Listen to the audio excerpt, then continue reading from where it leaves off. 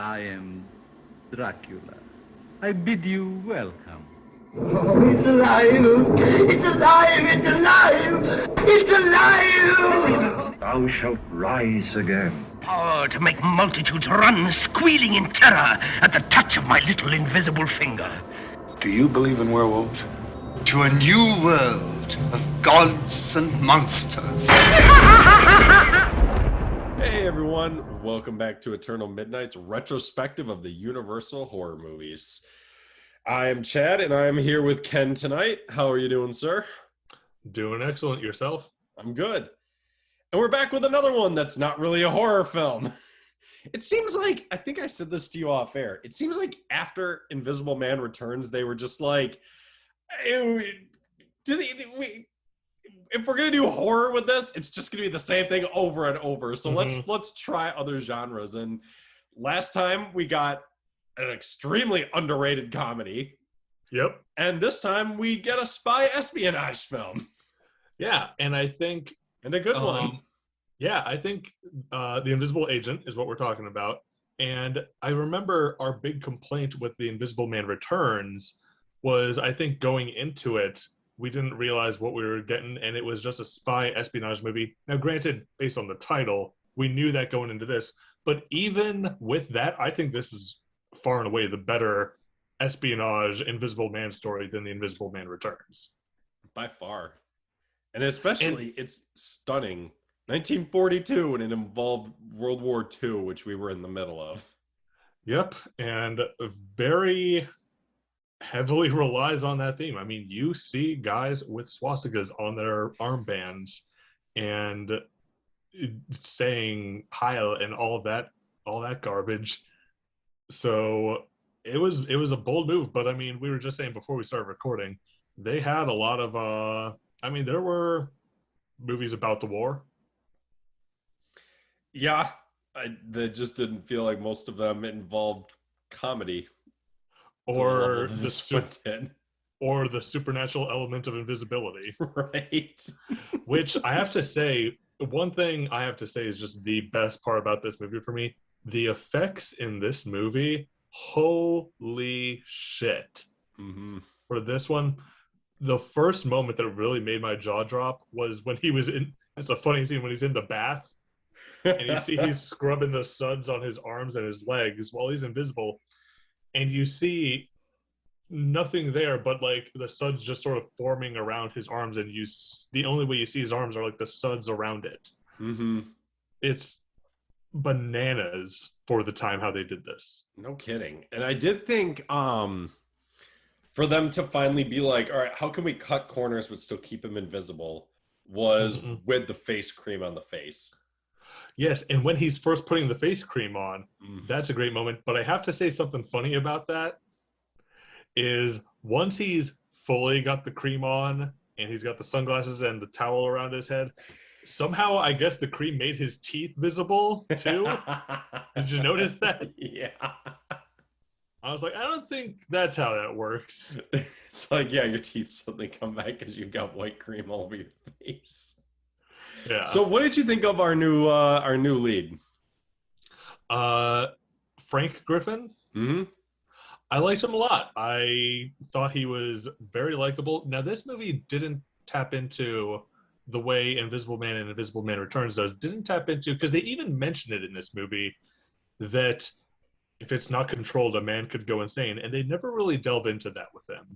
Yeah, it made me wonder, like, did he tweak the formula? Like, was it one of those, like, the formula was there and it will still drive you insane, but I'm the only one who knows exactly how to manipulate it so you don't go insane? Maybe, because but I was expecting there to be certain points in the film where he would, like, take another dose of it or something, or, like, he'd give himself an extremely low dose where he's like, all right, this will only work for an hour or something. But it's like, then when that didn't happen, you're right. I'm suddenly like, wait, what do you mean controlled? It's like, what you're not doing, you've done absolutely nothing different that nobody else did. Yeah. Except for the Invisible Woman, who there was no insanity with hers. Right. Which I don't consider to be in the same continuity as these movies. No. But I will say... It might have been. The scientist might have been related to somebody somehow. Well, hers was more machinery that made her Right. invisible rather than a serum. But okay, so John Hall played him, and yeah, I think he's very good. I'm just gonna say I think she's a great actress, and she is gorgeous in this. Ilona Massey as Maria in this. She is a fun character and just stunning. Yeah. I liked how like, and I feel like there's a lot of stuff in like a movie like this that they took forward where it's like they're like, oh, she's a secret double agent. Do we know we can trust her? And it's like they never really dove too far into it because it's almost obvious the whole movie. Like, yeah, she is on your side, and at the end, like her superior was like, oh, she was on our side the whole time. It's like, yeah, we know. Right. We didn't need it told to us. We knew that. It was obvious. But it was no, but I really liked her. I thought she was a really interesting layered character, and he's not in it a ton, but classic horror actor that I love seeing in this, Peter Lorre. He had such a you know what vibes I got from him? What's that? Like that main Nazi guy from Raiders of the Lost Ark. From Raiders. Yeah. Yes, I feel like that's where Spielberg got the inspiration from him in this film, where he's like this kind of just like slimy, nerdy guy who it's like he's like got this power that it's like, look at me, I'm like this small little man, but I'm like really smart and a force to reckon with. And a fun fact, did you know that Peter Lorre lived in Germany, but he was Jewish, and so he fled Nazi Germany to come to America. And didn't he played a Japanese character in this movie? Yeah, which yikes. Oh, and I will say later on in the film, our hero does use a semi-slur that I do not approve of, but look, it was 1942. Right. But it was good seeing after our last episode we did with Ghost of Frankenstein, it was good seeing Cedric Hardwicke back. Cedric Hardwicke, yes, him as well. Unfortunately, completely decked out in an SS uniform. Yeah, unfortunately. Like, okay. And that's what it was like watching this. It's like this just, I don't want to say this felt real on the same level as like a Schindler's List or something, because obviously there was like laughs and jokes in this, and it's like, yeah, World War II was not funny in the slightest. Not a laughing matter. But it's just weird seeing it, especially when it's like, or like the scene when Heiser was trying to take like Maria on like a date or whatever. Yeah, that was full laughs, but yeah, and he got like drunk and kept like pulling his chair out and knocking stuff over. It's like, oh, we're watching an SS. We're watching someone who works in the prisons, the Nazi prisons, in a slapstick scene. It's just it's looking back through a modern lens. But you know, at the same time, one thing that we can look back on is, I mean, I love the producers, and Mel Brooks has said that he wanted to make $1 million by laughing at Hitler. You know, so we can sort of look at it through that lens. And Mel Brooks also said, it was some quote along the lines of, if you laugh at him, you take away his power. Yeah, it's true. So that is something that we can keep in mind, but also just like knowing that this was going on at the time of the tragedy of World War II and the Holocaust is a little rough. I mean, like, look at when something like Jojo Rabbit came out here recently. Yeah. It's also been 70 years, so it's like, yeah, exactly. Let it breathe a little bit. Right, but it's like doing this while it was happening, it's like, oh, yeah. Okay. It takes balls. It takes balls to kind of mock the enemy you're at war with at the moment. But I did like the plan. I genuinely think, who was it? Hardwicke played Stauffer.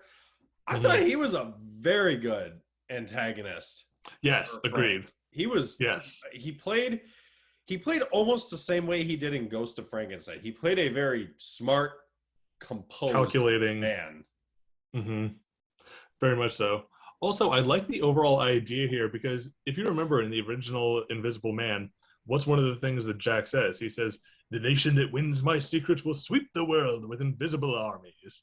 And now we're seeing, okay, it's not invisible armies, but it's the power of invisibility being used for the war. Mm-hmm. And what So one it's man interesting. can do. Yeah, so it's interesting to see how that can be implemented. Mm-hmm. Yeah, a much it felt like it was like that, and Frank being the grandson of the original Invisible Man, which I still find funny. So because didn't the Invisible Man, well, when did the original Invisible Man feel like it took place? Because they still There had were motor cars. vehicles. Yeah, exactly. So, but it still felt like that. It still felt like the Early early 1900s. It felt like the early 1800s, but they had motor vehicles. And now this is the 40s, so that would mean the original one, which it's Took place funny. in I the didn't even know 20s? he had a wife and children.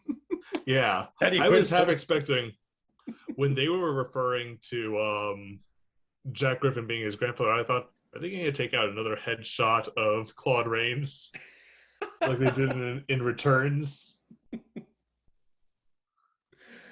Oh, and that's a great the really early opening scene I actually really like with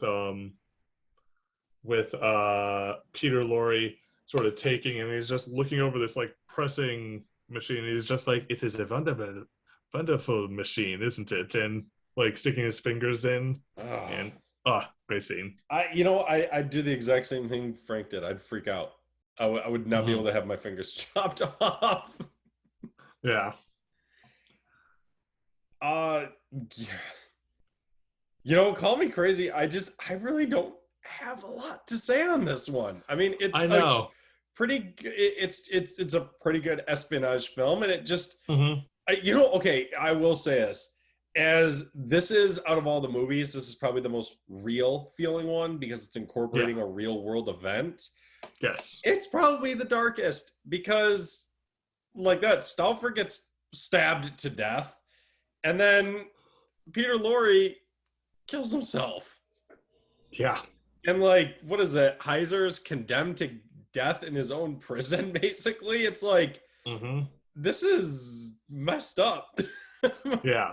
Like you just said, I mean, I like it enough. It seems like those are the ones that might be the hardest to talk about. The ones where we're just like, I like it enough, you know? Like, because we can't say that much bad about it, but we can't say it's that amazing. We can talk about some good scenes that we like, but like when it comes you, I don't have a ton more. Like when it comes to like a movie where like someone like goes undercover, it's like I'm not the biggest espionage genre fan. I don't have a problem with them. I like them when they're done interestingly. I'm down with them. Like earlier this year, I watched Argo for the first time, and like I think like that was another one where I was just like, amazing movie. Like you've seen it, right? Yeah. I loved it, and it's like I'd almost rather watch that than this.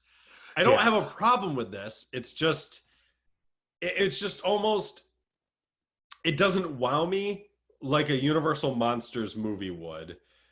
Yeah. And at the same time, it's just some of the slapstick kind of clashes with watching depictions of what, not of events that did happen. Obviously, there was no Invisible Man running around during World War II. But around the idea of World War II. With it, yeah. It'd be like watching a movie about like a fictional clown doing something in one of the World Trade Center towers on 9/11. It'd be like, I don't like how this... I mean, obviously, being alive for 9/11, that means something different, but it's almost... You see this and like maybe a survivor of World War II might watch this and be like, this was not a laughing matter. Yeah. One thing I do want to say, did you catch in the scene where they're like when the troops come in and he and I think Heiser, is his name, they're sort of fighting off the guys. Did you recognize the music Sting was from the Wolfman? I feel like we've heard that a few times. They reuse that Wolfman theme a lot. I feel like didn't they play that during the beginning of Ghost of Frankenstein too? I think I so. Or heard it. I just watched The Invisible Agent and The Mummy's Tomb today. So okay, maybe it was in both of them because I knew I feel heard like it it was a few in times. I feel like it was in The Mummy's Tomb. I could be mistaken. Okay, I wouldn't be shocked. But yeah, I remember hearing it. I'm like, wow, you guys really loved that music. It's great music. It's great music. Hey, if it ain't broke, don't fix it, I guess. That's right. But I'll say, I just feel like I think this one is very good. I think it's a better espionage movie than The Invisible Man Returns was. But I just feel like these early 30s, 40s espionage movies aren't quite my genre. Yeah, me neither. I mean, I can admire them for what they are, but it's just not for me. I don't have a problem with it. If you're into movies like this, I definitely recommend it. But if you're more into I want to see Dracula, I want to see the Wolfman, you don't. This ain't mandatory. You don't need to. I would genuinely push either the original or the Invisible Woman before this one. Agreed. And we even said, if you are a fan of like this era of spy espionage movies, we said, yeah, I would recommend The Invisible Man Returns, but I do recommend this one before The Invisible Man Returns. Yeah, if we had to rank those four right now, it'd be the original, Invisible Woman, this one, then Invisible Man Returns. Oh boy, Chad, you know what would be a beast? Because I know when you finish franchises on your channel, you like to do rankings. What if we ranked every single movie on this Universal box set? That will be a heck of an episode trying to put that list together. But I think we can do it.